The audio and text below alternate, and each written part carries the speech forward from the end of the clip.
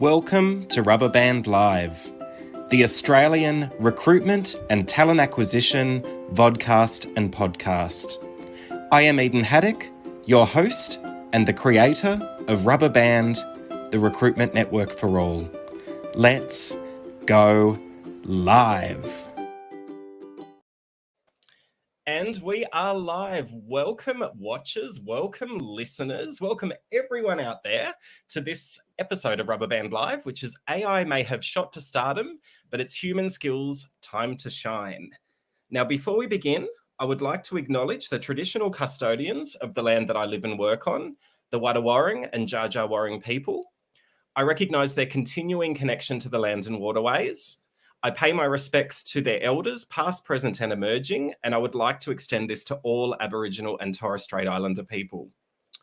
And I am very excited to welcome my friend Renata Sguario, who will be joining us today for this amazing episode. Thank you so much for joining us today, Ren. Thank you for having me, Eden. Honestly, I watch you and I marvel at the level of energy and you're incredible. You're unto yourself, Eden, and thank you for having me.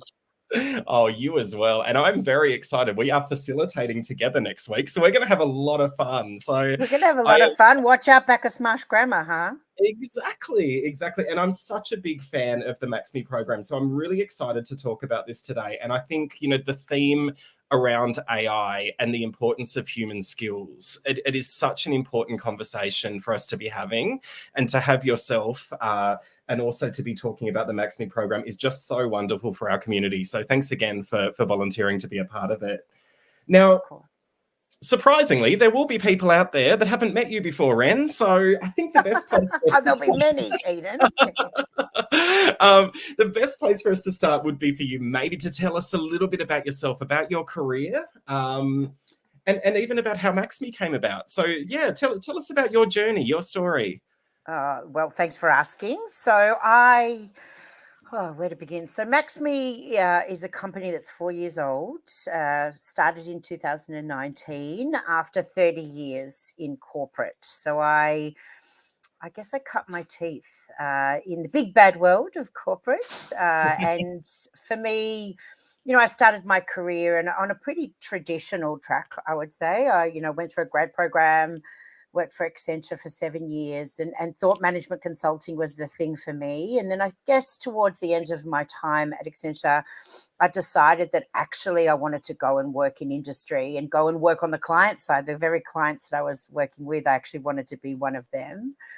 And so I did embark on that journey and, spent some time in London working for British Airways, came back to Oz, worked for Telstra, worked for NAB. So I've had what you would consider, I guess, a traditional corporate career. And I was really lucky to have been afforded lots of amazing learning experiences. And really importantly, the thing that I guess defines me and who I am is the opportunities to lead. I see leadership, and I've always seen leadership as a privilege and as something that gives you just so much benefit. The role, I truly believe and live servant leadership. I truly believe that the role of a leader is to create more leaders and help others to rise to their full potential. And so through my career, I guess I would say it's luck, or I earned my luck, or whatever you want to call it, but I had the privilege of working with hundreds of people across the organizations that I worked in and to get the benefit and the absolute pride to see what happens with people when they decide to back themselves and they decide to absolutely lean into their full potential and the magic that happens after that. So Maxme was started off the back of that, actually. My almost, you would call, obsession with the humankind and particularly this area of what happens when people are working at the top of their skill set because they've lent into their potential and they've allowed themselves to be the best that they can be. There's something really almost intoxicating, actually, about being a party to that. Yeah, absolutely. I mean, it's so rewarding and so empowering to be tapping into human potential. I mean, that's what it's all about, and seeing people shine. Like, I can imagine it just must be so rewarding for you. And congratulations. Really. Thank you so much. And look, we get to work with some incredible clients already, and we don't take that for granted. We know a company at the early stages, like we are, we get to work with some incredible companies who are out there really trying to push forward and help their people develop. It's really important for us. Maxme is about individual contributors. We actually exist to democratize the development of soft skills or human skills, and we'll talk a lot more about them through our time together on this in this session. But only 10% of organizations really develop staff in earnest.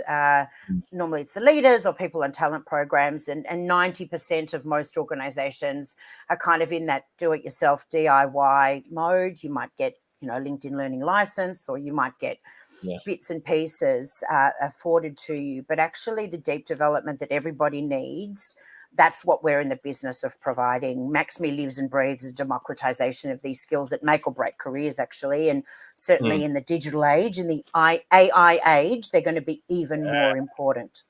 Well, that's a good segue, because I was just about to talk about that, because the increase in artificial intelligence, I mean, it's what everyone is talking about. It's the hot topic. It's shot to stardom, as our title says. So, however, I can imagine it's creating new challenges, but also new opportunities for business leaders.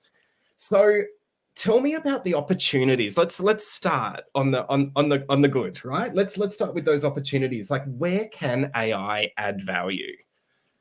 And before I sort of talk specifically about AI, because I too am learning, as I have been learning through my the course of a very long career, and I should say a career in technology. So I would consider myself a technologist, and I'm one of the OG people that got to code in COBOL and DB2 and do all of the, that waterfall type of testing. Like, that's how I cut my teeth in my at the start of my role. So I've sort of seen a lot of tech come and go, and I was there when everyone was saying, "Oh, middleware is going to take the place of mainframe. Mainframe's dead," and then, digital API that's going to take the place of middleware. Like, we've sort of seen a few waves, and so what I will say is that I'm actually, and part of the reason why Maxme is a tech-led company is I am obsessed about the power that tech unlocks for humans. Actually, when you bring disruptive tech and the power of human potential together, it's exponential what you get in terms of benefit. And, back to the question of AI, I actually think that's what AI is unlocking for us. And there's nothing new about AI. And I actually was talking to someone just this morning at a breakfast that I attended around, they've been using AI since like 2008. It's not a new thing, and a lot of people, sort of early adopters, have been using it for a long time, because what AI really allows us to do is to quickly get to an answer, right? If we have a question, we want to pose that question out there and quickly get to an answer. And AI, particularly, if you look at tools like ChatGPT and the big data sets that we're talking about now, we've been talking about big data and analytics and insights for a long time. What has happened, though, is what used to sit in a mystical area called the data analysis team, or the kind of the data architects, or the insight driving people, is just becoming more mainstream. And so what we're seeing is an evolution of what used to be kind of in a very sort of elite few getting their hands on. We're now seeing the general population getting their hands on the same sort of technology. And again, as I said, I'm learning myself and becoming accustomed to it. But as someone who's seen the waves of tech enables amazing things. But what it can't do is serve a purpose without humans around it. And I've stood up so much technology. I've led a lot of business transformation. And the same thing happens regardless of where you are. It doesn't matter how good the tech is. It depends on what the human or someone who's putting that tech to use does with it that actually starts to unlock value, or, allows us to do things like new frontiers of understanding or insights, or, some of the health stuff that's coming out, where we're synthesizing things from across the globe and we're starting to unlock answers that we didn't even know we had a question to before, sort of thing. So the power is putting great big data sets and knowledge in our hands and giving us the access to it and some of those answers so we can move forward to action much quicker. Absolutely. So what do you think, some examples or what your opinion is of, organizations that are tapping into AI and using it well? Like, what does best practice look like when it comes to, from a technology mind, when it comes to the use of AI? I think at the end of the day, it's the thirst for knowledge and the thirst for answers that really drives us wanting to go out there and research. And not everyone loves research. Some people love it more. They have a higher love of learning or a curiosity for things. But effectively, what it does is it actually allows us to get more insight. Data in itself is just, it's like flat, right? But correlated and in the right hands with the right questions being asked, it allows us to understand things better. Now, there is, of course, a shadow side of that, and I'm sure we'll get to discussing that in a little while, because in the wrong hands, it can actually be manipulated and misinterpreted and all those sorts of things. But let's call it the happy path is I've got a question, I have a yearning for some knowledge, I want to serve a customer better, right? So I want to know what my customers are thinking about or what they're doing or what are their patterns so that I can serve up better products and services to them. Yes, I will commercialize it. Yes, I'll make more money as an organization. Fantastic. Let's call it the for-profit sector. But at the end of the day, if you lose relevance with your customers, and you can do that pretty quickly, right? Customers can be quite fickle and move on quickly. So if you lose relevance, if you don't stay ahead of the game, you'll go out of business. Let's call that the extreme. So what all of this allows us to do is to keep up with the patterns of what's happening with our customers, with customers elsewhere around the globe, and allows us to make the right decisions around things like where are we going to spend our money or our time and service our customers or shareholders or stakeholders well. So I think the organizations that are tapping into that and understanding, again, it's really just a quicker time to answer or a quicker time to insight so that I can then formulate a view of based on this, so what and now what? And the organizations that get that, and I would argue they've probably already got that a while ago. So AI is just the next iteration and just helping them speed up what they already know. It's making it easier and faster. For those organizations that have pushed back on just tech and innovation and transformation for a while are probably struggling a little bit on how to make it relevant for them and their people. Yeah, for sure. So it's exciting and knowing the evolution and what's to come. I mean, it's fascinating, and I think that's why it shot to stardom and why we're all talking about it, because it's this whole new world. But it's exciting and new, right? And as humans, we do like, as much as we fear loss and we fear those things, sometimes we actually do like to play and be playful at times. Yep. Totally agree. But however, let's talk about the challenges that maybe have been created by increasing the use of AI. Like, in your opinion, what are the key risks associated with companies or leaders embracing AI? Yeah, no, look, I think us as a globe, we should think about some of the perils or potentially the things that might trip us up. First of all, it feeds into this ecosystem of false news. The reality is you can go and ask ChatGPT anything and it'll serve you up in a pretty emphatic way, like, pretty bold and kind of confident way. Here's the answer to your question.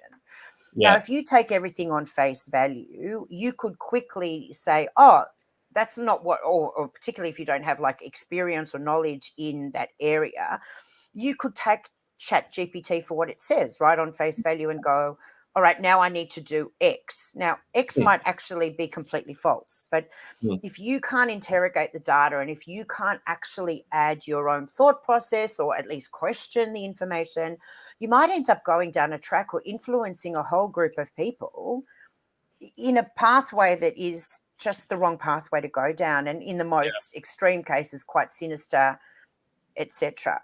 The other thing that is built into it is bias. Like if you think about the data sets that have been written or, the kind of things or the routines, they inherently have bias in them based on who's been building those routines and doing the coding, etc. So unless you have a diverse group of people building all of the tech that's being established right now, you're inherently going to have bias in what's being built. So I think that those are the gotchas. Now, can we do anything about it? Yes, like we can put more diversity into the teams that are building this new age tech. That's one way to do it. And I know that's not easy to do, but there are things that you can do, but we just have to be really mindful and kind of use our logic and sometimes that creative process or the creative problem solving and the interrogation of the data before we jump to doing anything. Let's just take a step back and have a think about that. And so draw our own conclusions and insights from it, even talk to other people about it, have a good debate, brainstorm around it, and then maybe act after that. Yeah, sure.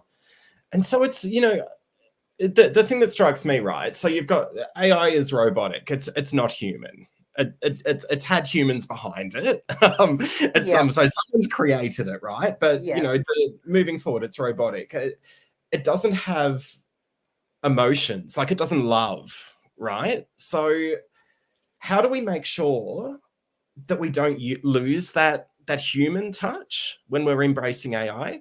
What are your opinions on that?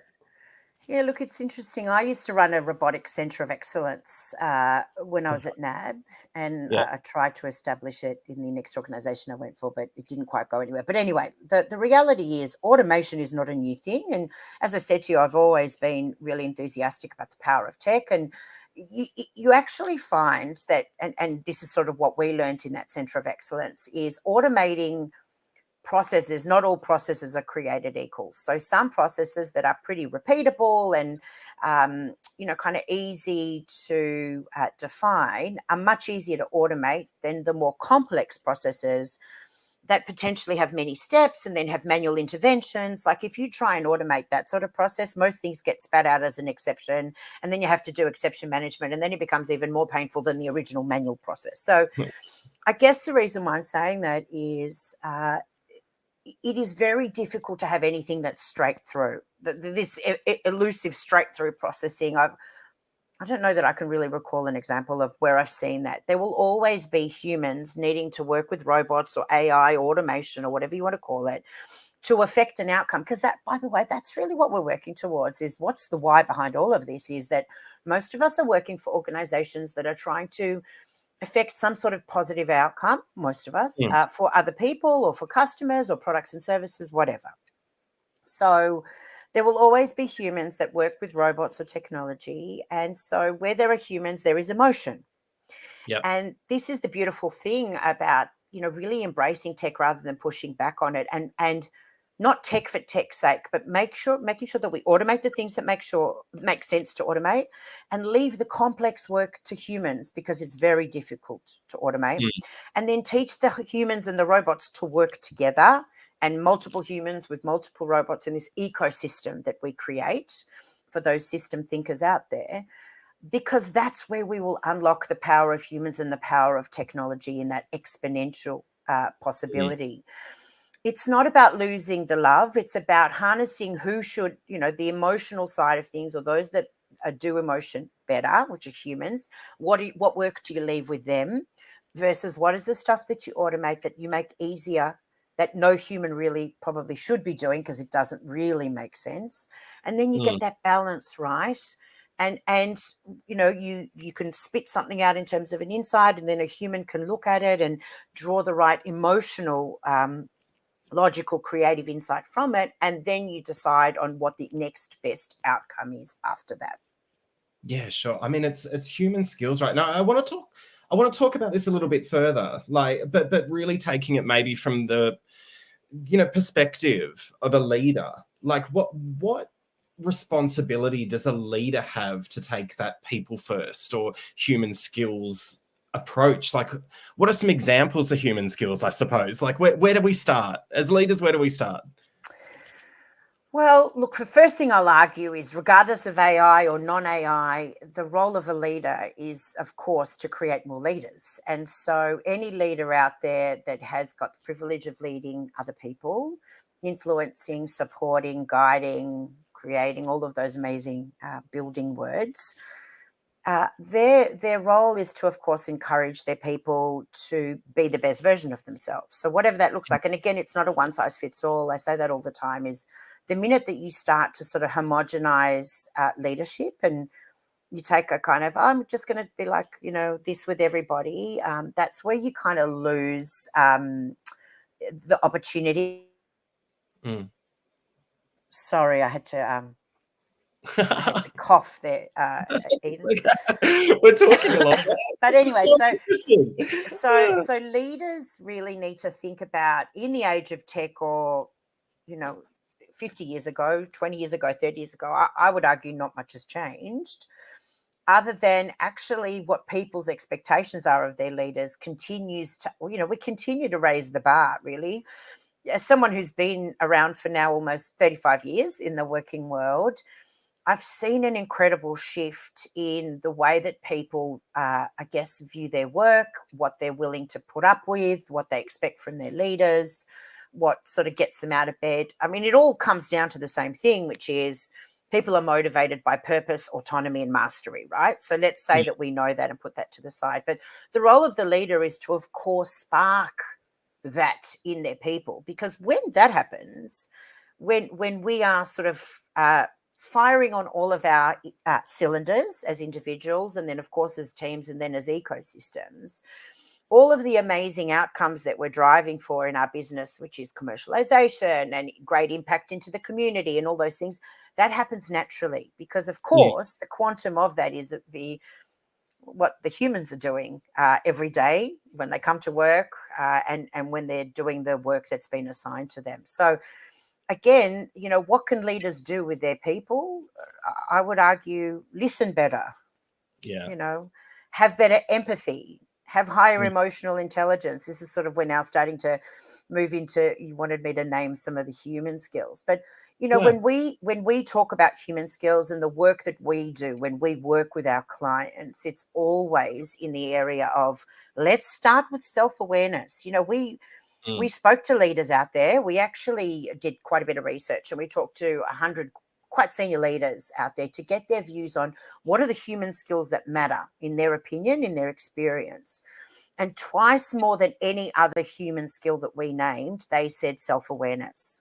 Wow. So they said that self-awareness is like the core foundation of a person's performance or their potential. And it makes sense because, of course, self-awareness is the foundation of emotional intelligence. If you look at Dan Goleman's work and his, 4 quadrants of emotional intelligence being self-awareness, self-management, and social awareness and social skills, self-awareness is where it starts. Yeah. So we always start there, and we talk to our our participants, and we do this through the tech, through our app Hody, and also in the sessions that we run. Is actually self-awareness leads to better self-management, but it also leads to better social awareness. It also allows you to be a more empathetic person. If you're more aware of who you are, your strengths and your derailers, you just turn up as a better version of yourself, and often as a more confident, competent version of yourself. And then the rest happens in terms of, then you see things in others. You become a better listener. Okay, again, all skills that need to be taught and developed, but if you start there, then the rest kind of is easier. But then we start to really focus on areas like compassion, agility. Compassion is a word that's getting used quite a lot. And it's probably, if you look at traditional, certainly from when I started work, like no one talked about compassion being a core skill in the workplace. In fact, it would have been probably seen as what the weak people or the soft people or the fluffy people do. Yeah. But actually now what's emerging is this concept of compassion agility, is knowing when to turn on your compassion for your people, because that's what they need from you most in that moment. And unfortunately, a lot of us go blind through our life, particularly those people that are really, kind of a bit more well into their careers, who never got told that these skills were important, these soft skills or human skills. Being able to turn on your compassion naturally and authentically, which is, again, very important, you don't know how to do that. And you haven't been told that you should know how to do that, and you haven't been given the skill development. It's just sort of expected, but that's not helpful. So this concept of, compassion, agility. Then there's other things like, conscious communication or effective communication. Like we from the minute we're born, we communicate. Like a baby cries, they're communicating immediately a need or something. And it doesn't stop till the day we die, really, till the moment that we take our last breath.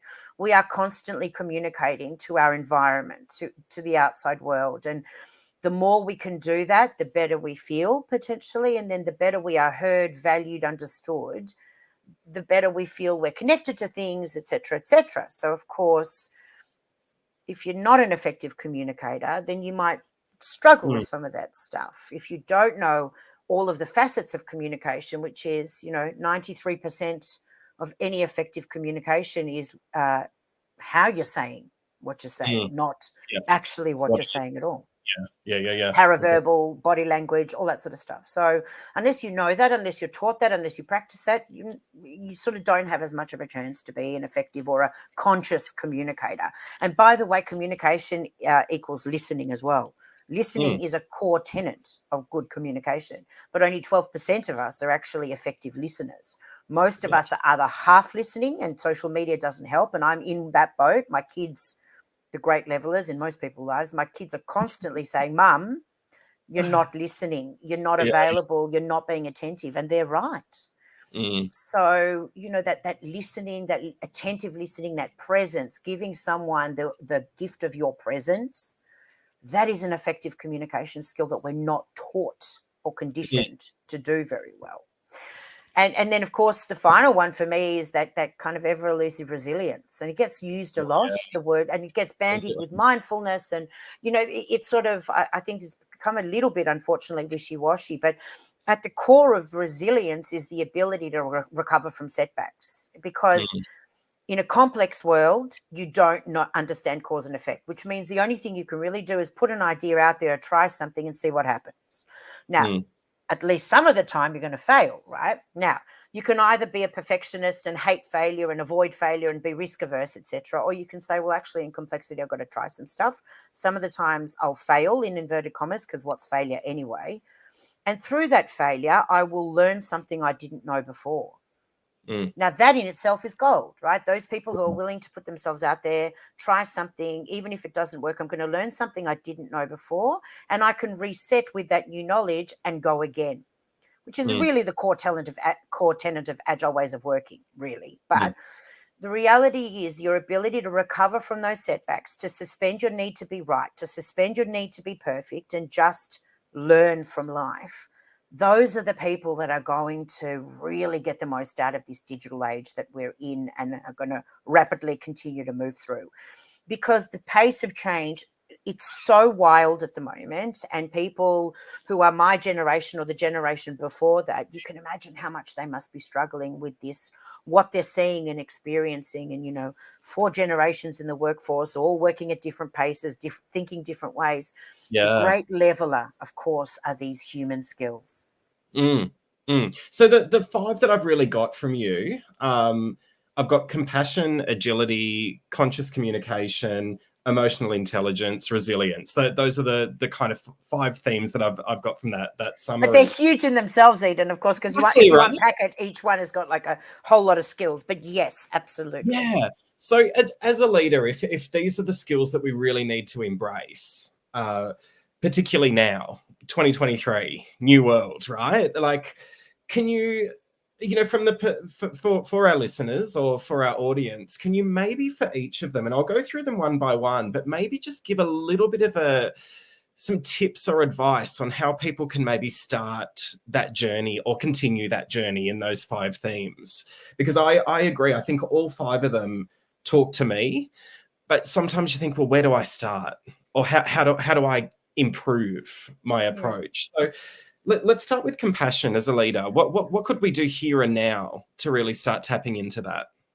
Well, I think compassion is often blocked by bias. So if I think about, if I'm wired a certain way or to think a certain way and I've got a fixed mindset, compassion is going to be quite hard, because unless I open up myself to the perspectives of other people and I do the empathy, walk in somebody else's shoes, showing true deep compassion might be quite difficult. Like, I can try and turn compassion on and sort of go, oh, I really feel for you. And you know what I mean? Like, you're never going to be able to deepen that unless you truly lead with that empathy, seek to understand what's going on for someone else, and to suspend your biases actually for the way the world works, and go, actually, what am I seeing through this new lens of what's happening for this other person. And I'm just deeply connecting with what they need from me now. I'm showing them that I care, that I'm connecting, that I'm almost feeling what they're feeling, and that I'm there for them, whatever they need. Now, this is not trying to give them the answers or trying to fix their problem. That might not be what they need from you. It's that truly deep connection with somebody else, what they're going through, and giving them what they need rather than what you need to give them, if you know what I mean. There's something very subtle there, right? Yeah, totally. So compassion is it's and because it requires vulnerability, right? It requires you to feel and to tap into that emotional side of yourself. We're not all comfortable in doing that. So I guess you've got to be true to yourself and try little things like open yourself up and really challenge yourself. Do some more reflection. Like after you've gone through a conversation with someone and it hasn't felt quite right, just have a think about what's just gone on and think about, maybe what you could do differently next time, or get feedback from other people, right? If you're in a conversation and you're truly trying to switch your compassion on and you're not feeling like it's really landing, ask someone else for their feedback and ask them, how did I come across? Did I come across with feeling and compassion and understanding? And really listen to their feedback. So that's one way. If you're yourself if it doesn't come naturally to you, then actually seek to reflect and get to the feedback so that you can continue to improve. Yeah, reflection. I'd agree because we move so fast and we quite often move on to the next thing and we don't give ourselves that permission to reflect ourselves, but also seek feedback and seek to understand. It's totally. So important. We know, and research will tell you that people who reflect daily, in this sort of journaling kind of concept, they actually have better well-being and they're more grateful and they're happier in life. So as long as your reflection isn't always self-deprecating, where you're always just thinking about what you suck at and how, you know what I mean? Like you've still got to always start in that positive mindset of, what worked well for me today and what's going well and what am I really liking about what I'm learning or what I'm doing? What am I proud of myself for? As long as you start there, then that daily reflection, that habit really contributes over time to just betterment of yourself. Yep. Totally agreed. Now, this is one of those words that gets thrown around a lot and means a different thing to different people. But let's talk about it obviously in this context. So, agility. Where do we start with agility? I'm one of those people that was still in the corporate world when it was like, is this big A agile or is this little A agile? And like, I just sort of used to lose my will to live, basically, around Totally. Actually, what does it matter? Like at the end of the day, at the heart of agility is the ability to move fast, really, and the ability to and again, it's back to that complexity theory. And I came across a framework, the Cynefin framework. David Snowden wrote it with IBM, I believe, at the time of the Y2K phenomena. But actually, that framework talks about this concept of complexity. You don't understand cause and effect, and therefore all that you can do is to probe, to try and understand, and then put some hypotheses out there. For those that have worked in agile environments, that test and learn kind of concept. What you want to do is to understand enough to go out and formulate a view and then put an idea out there and test it with some people and see whether, in fact, what you've put out there solves a problem or it doesn't. So at the essence of agility is actually the ability to suspend perfection, suspend ego, and be open and creatively open to what's around you, to multiple perspectives, and be able to quickly pull together a hypothesis and then put it out there and learn. And learn enough, and again, measurement and learn enough to say, okay, what did we learn that now we can do the value cycle, as we call it, align, act, adjust, get on the same page, do something, take an action, and then adjust based on what you've learned and go again and go again and go again. And as someone who cut their teeth on the waterfall way of working, what we used to do was 18-month projects where you used to do like 6 months of design and then 6 months of build and then 6 months of test. And by the time you got to the 18-month outcome, it ceased to be important because the world had moved on. And we wondered why aren't we getting all of the business benefits based on the money that we've spent? Well, I mean, come on. So what agile or agility allows you to do is to get to value quicker and just work out, is that adding value or not? And if not, what do I need to change for it to add value? And It's a mindset. It's a way of working. It's a whole system and a culture. And if we can all adopt it, big A or little a and whatever in between, actually we'll be better off as a society. Yeah, agreed. Now, the other big one that came up, and you mentioned it quite a few times, and so I'm really curious in terms of how we can apply this as leaders and where to start. Conscious communication. Tell me about that. What would your advice be for leaders with conscious communication? So often we just need to get something out, right? Like we've got a thought and we just need to blurt it out. And by the way, I myself am, I can talk underwater for those that know me. So I myself, Me too. I'm constantly working on this thing, right? Of course. But it's really thinking about what is it time for now when you communicate, and there's so many things afforded to us in an effective communication. Firstly, it's what are we communicating? Like, what is the verbal component? What do we want to say? What needs to be said? And then there's the paraverbal, which is how are we using our voice? How are we using our pausing? Are we thinking about the diverse needs of the people that we're communicating with?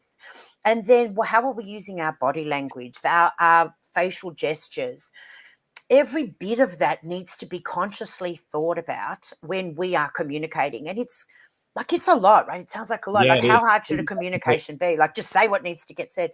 But Yeah. actually the sophistication of it and those that really do think about the conscious elements of all of those things, they are just better communicators. They get their point across.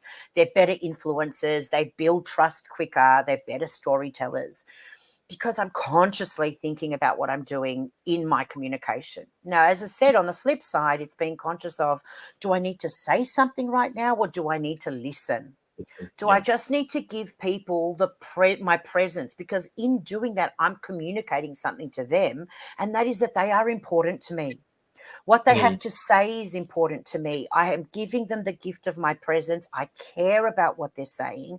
And as a leader or as a peer, if you can give that to somebody else, they are immediately feeling like they're being heard, understood. Like if you can add in nodding and those body language cues that actually help a person feel like they're deeply being listened to, that leads to such amazing things like connection and confidence and feeling like I've actually been acknowledged in some way. And that's a basic human need. Yeah. So I know that everything I've just described, it's like, what, really? That's like a communication thing? But yes, of course, there are so many components of what is conscious communication. Absolutely. It can be little things, even eye contact, right? Totally. Like there's so many elements to it. And I think the more you think about it and the more you work on it, the better you get. And it leads us to emotional intelligence, because there can be an argument that I disagree with, to be honest, that you either have emotional intelligence or you don't. That's rubbish. It's rubbish. Sorry. But people Sorry, do. I'll say what I think, you know what I mean? And I'm sure others will disagree with me. Absolutely, you can build emotional intelligence. The reason why, on average, most people around the world are average in their EQ or emotional intelligence is because we've been taught to value IQ over EQ. If you look at traditional systems, it's technical skills, it's technical knowledge, and the soft skills or the EQ, that's for the fluffy people out there, or the HR people, as whatever, right? So at the end of the day, though, and deep research across many industries, and like if you look at the UC Berkeley research that was done over 40 years, they found that emotional intelligence is a 4 times multiplier on success for people than IQ alone. And other researchers found that actually 80 to 90% of the top performers, if you look at what is the reason behind their performance, it's actually that higher EQ. So EQ, emotional intelligence, absolutely pays dividends, but we're never told to value it or to develop it. It's for the fluffy people. And it can be developed. Self-awareness, of course, you can be more self-aware. Of course, you can learn what are my strengths? What are my weaknesses? What are my emotions that are serving me well versus not serving me well? What are the things that I value, that motivate me? That's all self-awareness. And if you can work that out about yourself, of course, you become a better player in the world around you, and you can move into self-management, which is the so what. Now that I know these things about myself, what different thought patterns will I have? How will I do my work differently? How can I get into flow faster because I'm using my strengths rather than obsessing about my derailers or my weaknesses? So Absolutely. That is work that you can do in what I call the world of me. And then the social awareness and the social intelligence, like leading with empathy, seeking first to understand, suspending my need to be right, and just understanding and reading what's going on around me, becoming more socially aware. You can teach yourself to do that. Absolutely. There's skills you can develop. And then once you've done that, those social skills, how do I connect with others? How do I collaborate better? How do I build better teams? How do I find myself in a high performing team? All of those things, again, are skills that can be developed. Absolutely. And it's continuous learning because it's continuous reflection. And you 100%. continue to grow and you continue to build those skills. And the last one I'll talk about now, and I know, you know, that we could go into so much detail, but let's talk about resilience as well. How would a leader work on their resilience? How can they become more resilient, for lack of a better phrase? What do Well, you how can think? any of us, right? Because you Any know of I us? obsess about the 90% who aren't leaders. How can we all become more resilient and resilient together? You know, if you look at high performing teams, and Patrick Lencioni's work, I'm obsessed with his work, and I love his 5 dysfunctions of team. Oh, and yeah, and yeah. if we think about, you know, most things, and particularly as the work gets more complex, we're not going to be able to do a lot of work on our own. It's going to be a lot more done in collaboration, and in complex systems we sort of need to bounce ideas around, and you know, we sort of need to solve problems together, and truly unlock that 1+1=3 type of outcome. But anyway, in complex systems, of course, you know, we need to build this high performance, but it's difficult to do because in diversity and in inclusion, you know, we want to bring more patterns of thinking into our workplaces because we want that sort of full gamut. But if we can't work within that system, and we can't be open to multiple perspectives, and we can't be ready to be wrong, Mm, we all mm, need to be more ready to be wrong. It's okay interesting. to be wrong. And in fact, the more wrong you're okay with, the more you'll learn, because the Yeah. more willing you will be to open your mind to other perspectives and go, actually, if I think about it that way, is what I'm holding tight and dear to me? And then some of that confirmation bias comes in, but that's a topic for something else. If I'm open to being wrong and I'm open to other people's perspectives, what am I learning that I wouldn't have learned, or seeing that I wouldn't have seen, because I'm just more open to it? Mm, And that resilience mindset of, even if I'm wrong, this is okay because I've learned something I don't know, or I've had a setback, something happened to me that I didn't expect. And by the way, we never know what's going to happen next because we can't foresee the mm, future. We've constantly got to be ready to be wrong. But of course, the stress response, the stuff that we're wired for, which is survival, we don't like to be wrong because we're constantly thinking that that might threaten our survival, or, you know, in the modern day workplace, that might get me fired. None of that ever happens. Like, let's be honest. You know, how many people have been fired for making a mistake? Like, it's yeah, yeah. still a very small percentage, but yet we're so obsessed about being right and not being found out. The resilient mindset is the mindset of, doesn't matter what happens, doesn't matter what comes along, what's the worst that could happen? It's okay. I know how to recover from setbacks. Agreed. Well, look, this is so interesting. We could talk for hours, but we can't. But tell me, how does Maxme play a part in all of this? Like, tell me about the Maxme ethos, the program. How does the program work? Tell me about that.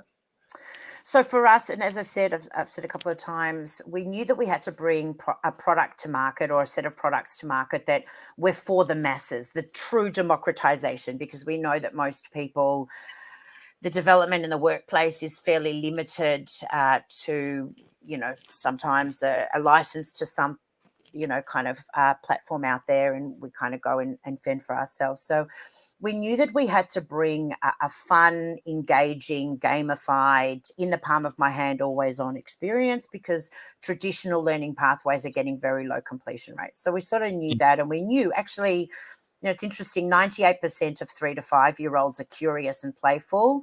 Only 2% of 18 and above are curious and Really? playful. Yeah. Wow. Right. And so we knew that actually, for sustainable learning, it has to be fun. People want to do it. They want to keep coming back to it. They want to feel the energy from the experience. And so we have bottled that up in terms of what we've brought to market, and it's in our app, Hody. And then for our customers and for our clients who needed something more, they've said our people want that group learning connection. They want to feel like it's training, but it's not training, right? Like we all want to feel like we're being invested in a special way.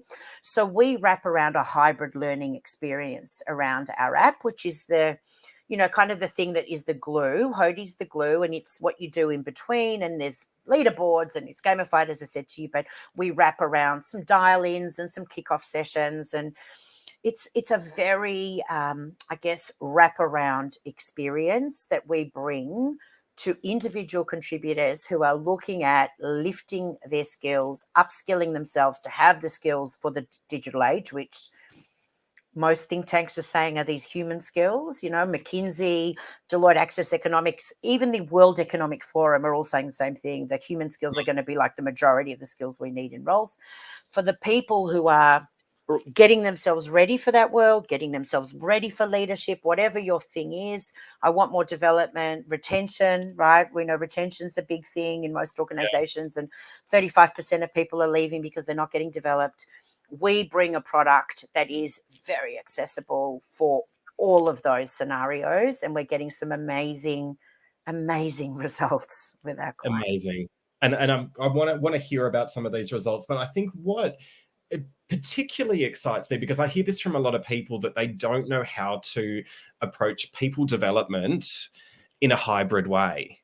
And you've got that curiosity, you've got the play, but you've also got the group learning, and you've got the human interaction, and it's that wonderful combination that is reflective of the way we work today. 100%. And I think that's where a lot of organizations are really struggling, because they have their traditional learning pathways in place that were ideal for a world that no longer exists, because we don't work that way anymore. No. And that's why I love Maxme, and that's why I've really loved getting to know you and getting to know the program, and why I'm even participating in it. Because I know, right? We've hooked you into the facilitation. I know, because it is so unique, and it is so perfect for this future way of working, or not even future way of working, today's way of working. And I agree. And I think, what's really important is, and I need to stress this, it has to be budget friendly, because we know that in order for the masses to get this experience, and when I describe what we do to people and then I give them the price point, they're like, really? Like, that can't be possible.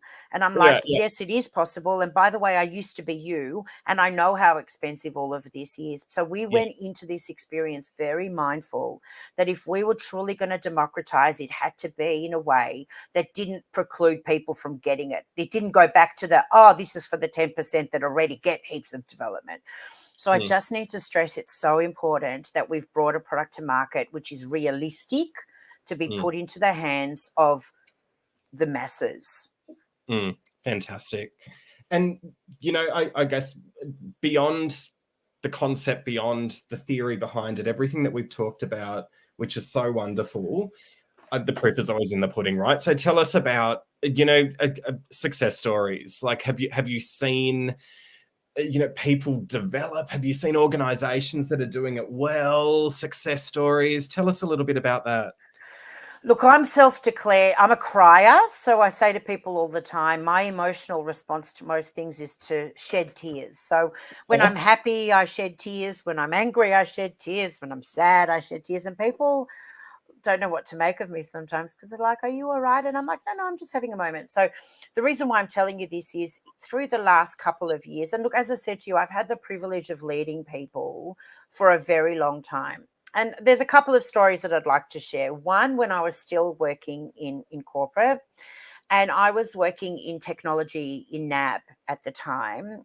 And I was always a bit sort of miffed about the lack of communication skills in sort of a lot of the technologists that I led. And I sort of volunteered at the time, because that's what I do. I just kind of volunteered to do things. I said, hey, I go to Toastmasters. I do Toastmasters. In fact, I ran a club for a while, but that's a story for another time. Can I please, I want to bring a Toastmasters program and run it with our technologists. And I got the, yeah, sure, here's a bit of budget. It wasn't a lot. I wasn't asking for a lot. And Speechcraft, it was called. And we ran Speechcraft at NAB. Anyway, we ran in the end 120 technologists through it. And one of the groups, one of the stories that has stuck with me, and it still makes me emotional today, when I used to kick off these sessions, and I used to run them. So when I used to kick off the sessions, I used to ask people to check in and say, what do you want to get out of this? Like, what would amazing look like at the end of this time that we spent together?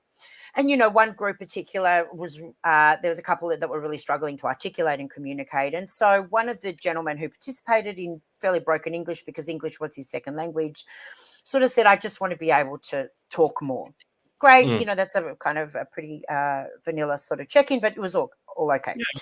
Anyway, the change that I saw in this particular person through the weeks that we spent together, and yes, I had to spend some extra time with him, and yes, I did make the time to do that. And then as we did the check-in at the end, what do you look back on? What are you most grateful for? He stood up and he said, and he stood up, didn't sit down this time. He stood up and he said, I just want you to understand you've changed my life. I'm able to open up my mouth in meetings and actually say what I'm thinking and not freeze and want to run the other way. Changed now, life. I started crying, of course, and I'm starting to get emotional now about it, is the stuff we do when we stop and really help people lean into some of these basics. We change lives. And I'm not a doctor, right? I'm not claiming to save lives in that way, but we do change lives. We can change the trajectory of people in very, very meaningful ways by doing very little for them, actually, by just making the time for them, spending the time for them, and teaching some skills that they didn't really have before. The second thing, of course, is with the clients that we work with right now, and that is, people come up to me after the things that we run, or, some of the webinars that we run, and they check in with you, and they're just so much more curious and so much more open to things that they were so closed off to just 3 hours before that. Yeah. And again, the power of unlocking possibility for humans and the trajectory or the pathway that you set them on. You can't unsee what you've seen. There's a saying, right? Once you've seen something, you can't unsee it. So how much more insight, how much more possibility are we unlocking for people through what we're doing that is changing the pathway that they are taking in their career and in their personal lives? That's the stuff that gets me out of bed in the morning. Amazing. Ren, thank you so much for joining today for this enthralling episode, I'm going to call it, of Rubber Band Live. Listeners and viewers, Ren will actually be a keynote for our big event in October. It's an online event, 4th and 6th of October. It is called Bounce 3, the panel van. You can find details on the Rubber Band website, rubberband.com.au/bounce3, where we'll be talking more and more about this. It is such a fascinating topic, and I've loved today. I want to keep talking for hours, but we can't. But Ren, I look forward to hearing from you again. I look forward to catching up with you again very soon. Thank you so much for taking the time to meet with us today. Thank you so much, Eden. I really appreciate you having me on and letting me talk for an hour. I appreciate it. Oh, we could talk for many more, but thanks again. Thank you so much.